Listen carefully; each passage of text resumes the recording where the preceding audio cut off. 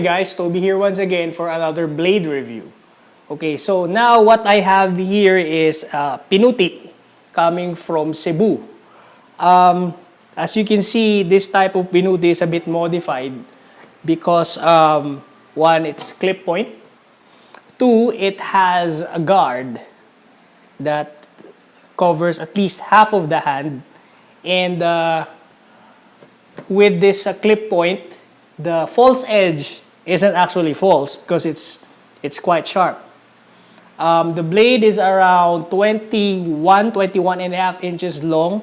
It's a rat tail tang with the tail stretching all the way somewhere at this point. And I believe it's fastened by 4 pins inside, which is reinforced by this copper wiring on the outside. It's pretty stable and it's very, very light, so to speak. It's traditional in a sense that it has a chisel grind, okay, flat on one side, curved on the other. And this chisel grind is for a right-handed use. The sheath is very nice with some engraving on the outside. What I like about this sheath particularly is that it can accommodate a belt pretty well. I tried using a nylon belt normally for or a tactical belt, and it fits well. Some leather belts can have a problem, but who really uses a leather belt? But I like that utility. And then overall, it's pretty sharp. What I believe they did here was they coated it with oil, and then as a sealant, they used beeswax. How it would last over time, I don't know, but apparently the smiths that create this have been using that for decades. Okay, so all in all, it's a very, very good and wieldable blade. Again, I'm not fond of cut testing my stuff, but I use it a lot for play, which is what we'll do in a while.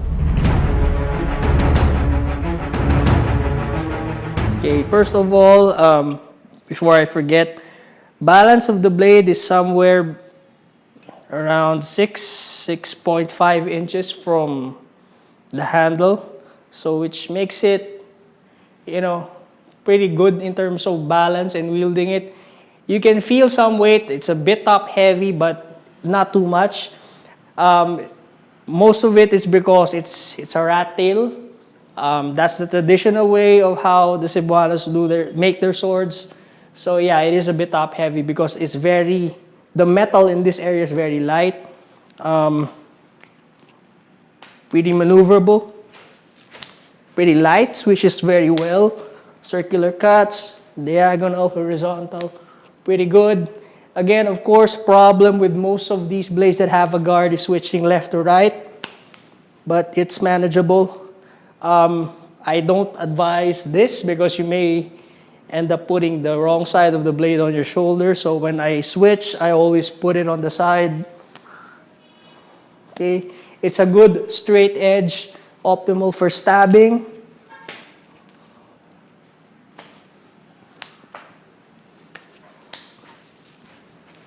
See? There you go. It's pretty nice and tight. Makes a good sound. And yeah, I like this blade. All in all, I like this blade. Of course, there are some points that can be adjust or fixed, like maybe extend the guard all the way down so that the arm will be protected, the hand will be protected more. And this material, honestly, tends to be slippery at times because it's copper. Maybe they could have changed it with brass, but of course that would increase its price range. Or just place I don't know, maybe twine and then cover it with wood glue. That would make the look a bit better. Originally, the color of this is a bit on a lighter shade. I placed some mineral oil as a protective element over, although I know this is already varnished, so that it has a more orangey look and feel to it. What else can I say about this blade? For what it is and for its size and length, it's a pretty good deal because it costs less than $50. I got this around 2,500 pesos including shipping, which means the blade itself costs 2,300 plus, but back then I got it as a December sale from a seller in Filipino Blade Market, and there are still lots of these swords being sold online.